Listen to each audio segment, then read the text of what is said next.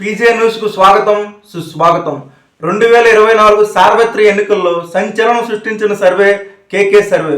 అలాంటి సర్వే ప్రస్తుత కూటమి పార్టీలో చంద్రబాబు నాయుడు గారు మినహా మిగతా వారిలో ఎవరి నాయకత్వాన్ని ఎక్కువగా ఇష్టపడుతున్నారని కేకే సర్వే ఒక సర్వే నిర్వహించింది. ఆ సర్వేలో నారా లోకేష్ గారికి 43%, పవన్ కళ్యాణ్ గారికి 30%, అలాగే పురంధేశ్వరి గారికి 13%, అనూహ్యంగా రేసులో లేని జూనియర్ ఎన్టీఆర్ గారికి 7% వచ్చింది. అంటే జూనియర్ ఎన్టీఆర్ గారు రాజకీయాల్లోకి రావాలని ప్రతి ఒక్కరూ కోరుకుంటున్నారు.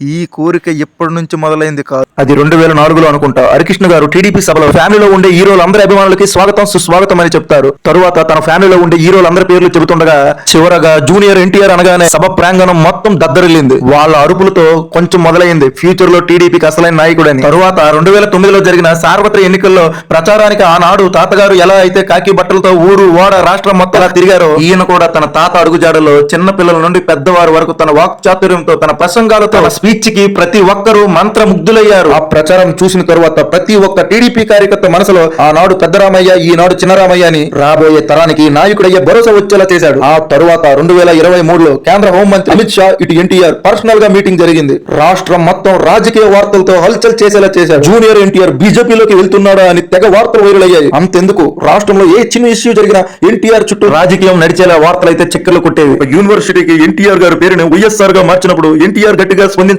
ఇలా ప్రతి దానికి స్పందించాలని ఆయన చుట్టూ రాజకీయం నడిచేలా చేశారు. ఆయన ప్రత్యక్ష రాజకీయాలు గాని పరోక్ష రాజకీయాల్లో ఇప్పుడు లేరు. ఆయన ఇప్పుడు పాన్ ఇండియా స్టార్ మంచి ఫామ్ లో ఉన్నాడు. నాకు తెలిసి ఆయన ఇంకో 10 సంవత్సరాల వరకు రాజకీయాల్లోకి అయితే రారు. ఆయన రాజకీయాల్లో లేకపోయినా ఇలా ఉందంటే ఆయన ప్రత్యక్ష రాజకీయాల్లోకి అడుగు పెడితే తల పండిన సీనియర్ నాయకుల నుండి మూతి మీద ములిసిన యువ నాయకుల వరకు ప్రతి ఒక్కరికి ఉచ్చపడుద్ది. ఆయన సినిమాల్లో ఉన్నాడు కాబట్టి మేము అభిమానులం.